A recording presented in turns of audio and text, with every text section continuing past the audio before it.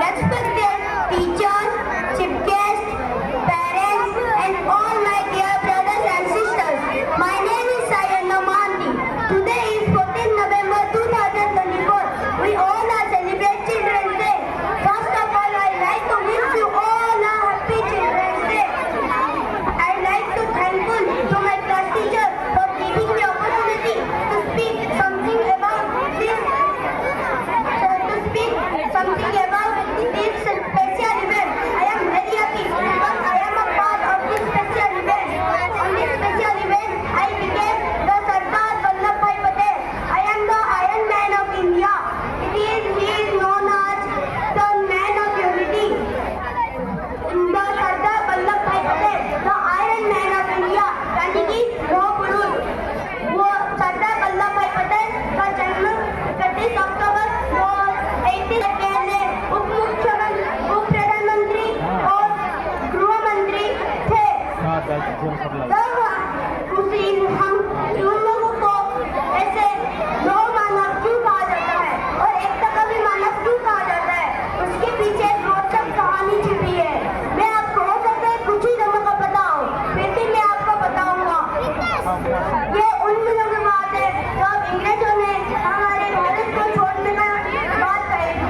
उन्होंने हमारे देश को 2 हिस्सों में नहीं बल्कि 565 हिस्सों में बांटने की साजिश रच चुकी थी।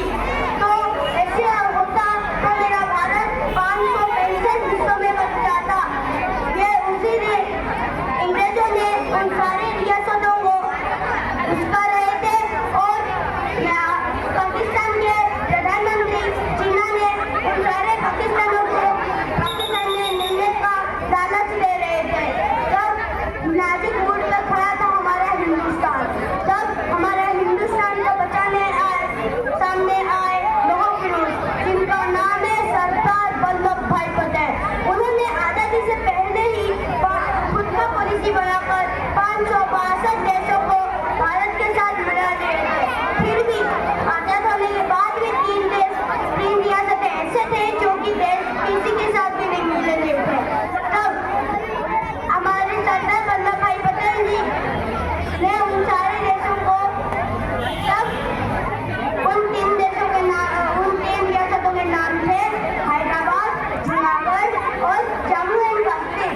समय के हिसाब से 1947 को हमारा देश आजाद होने के बाद जम्मू एंड कश्मीर पर पाकिस्तान के सेनानी ने हमला कर दिया तो ताकि वो उनके पाकिस्तान देश में मिल जाए। लेकिन वो तब जम्मू एंड कश्मीर का राजा थे हरि सिंह। तब उन्होंने भारत से आकर मदद मांगे। तब भारत के गृह मंत्री थे सरदार वल्लभभाई पटेल। तब उन्होंने अपना चक्र दिमाग चलाया और बोला हम तो आपको बचा लेंगे लेकिन उससे पहले आपको हमारे साथ मिलना पड़ेगा। तब कुछ शर्तों के साथ जम्मू एंड कश्मीर भी भारत के साथ विलय हो गया और अंतिम पे बच गए हैदराबाद और जूनागढ़। समय के हिसाब से 1948 को हैदराबाद और जूनागढ़ भी भारत के साथ विलय हो गया। ये बस हो पाया सरदार वल्लभभाई पटेल की दृढ़ इच्छा, दृढ़ विश्वास और दृढ़ शक्ति के वजह से। इसलिए इसी दिन को याद रखने के लिए हर साल 21 अक्टूबर को नेशनल यूनिटी डे के रूप में मनाया जाता है। इसी काम को याद रखने के लिए गुजरात के नर्मदा नदी के किनारे एक स्टैचू ऑफ यूनिटी का निर्माण किया गया है। तब उन्होंने वो विश्व का सबसे ऊंचा स्टैचू है, उसका फीट 182 मीटर है। मेरे को गर्व है क्योंकि मैं इस अखंड भारत का एक हिस्सा हूँ, क्योंकि मैं इस अखंड भारत का एक हिस्सा हूँ। यहाँ पर प्रणाम करके सबको सम्मान